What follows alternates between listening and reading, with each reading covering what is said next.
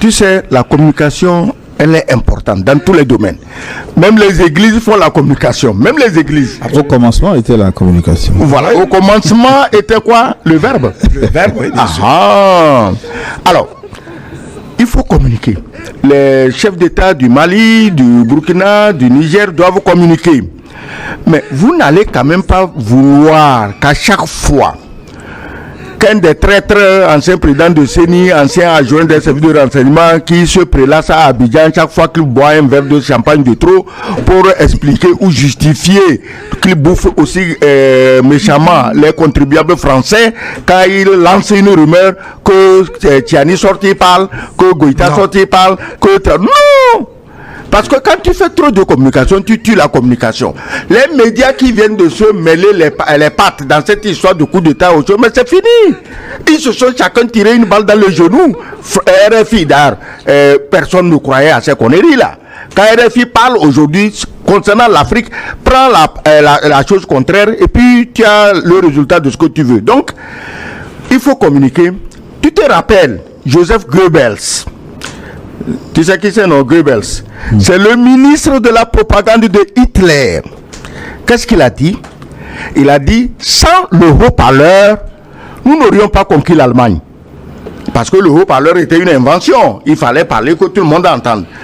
Aujourd'hui que tout l'OTAN est devenu pro-nazi et qu'ils vont en Ukraine pour se battre, ils veulent même envoyer leurs enfants mourir pour les nazis ukrainiens, ils ont fait la citation de Goebbels, sans le haut-parleur, nous n'aurions pas, ou sans le haut-parleur, nous ne pourrons plus reconquérir l'Afrique, selon l'évangile de Lecointre, selon l'évangile de tous les petits idiots qu'on invite sur les médias. Je ne sais pas, c'est incroyable. La France est pleine de tellement d'hommes bien sensés, des intellectuels tellement assis, qu'on ne les invite jamais. Mais on invite tous les idiots utiles pour venir raconter. Donc, ils ont fait la citation de Joseph Goebbels. Sans les médias toxiques français, on ne peut pas reconquérir l'Afrique. Mais les médias toxiques français sont discrédités en Afrique. D'ailleurs, je crois que Macron est le premier à avoir perçu cette dépréciation.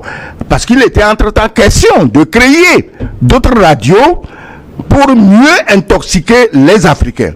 Mais qu'ils se calment, les Africains de 2024, c'est pas ceux de 1960. Absolument. Parce que en ces temps-là, jusqu'à les années 80-90, tout ce que RFI dit est plus vrai que l'évangile. Ah, c'est RFI qui a dit, donc c'est vrai. C'est France 24, c'est vrai. Aujourd'hui, tous les Africains sensés, c'est RFI qui a dit, donc c'est faux. C'est France 24 qui a dit, donc c'est faux. C'est TV5 qui parle, donc c'est faux. Tous les Africains réagissent comme ça. Donc, quand tu communiques trop et bêtement, tu te nuis plus à toi-même qu'aux autres. J'admire la communication de nos présidents héros du Sahel. Ils communiquent avec mesure, avec intelligence. Bon, on peut leur dire, vous pouvez mieux faire. Ayez aussi vos armes communicationnelles où on réagit au quart de tour. Ne laissez pas que quand vos soulards à Abidjan racontent quelque chose, que ça infeste l'opinion de vos populations avant que le démenti ne vienne.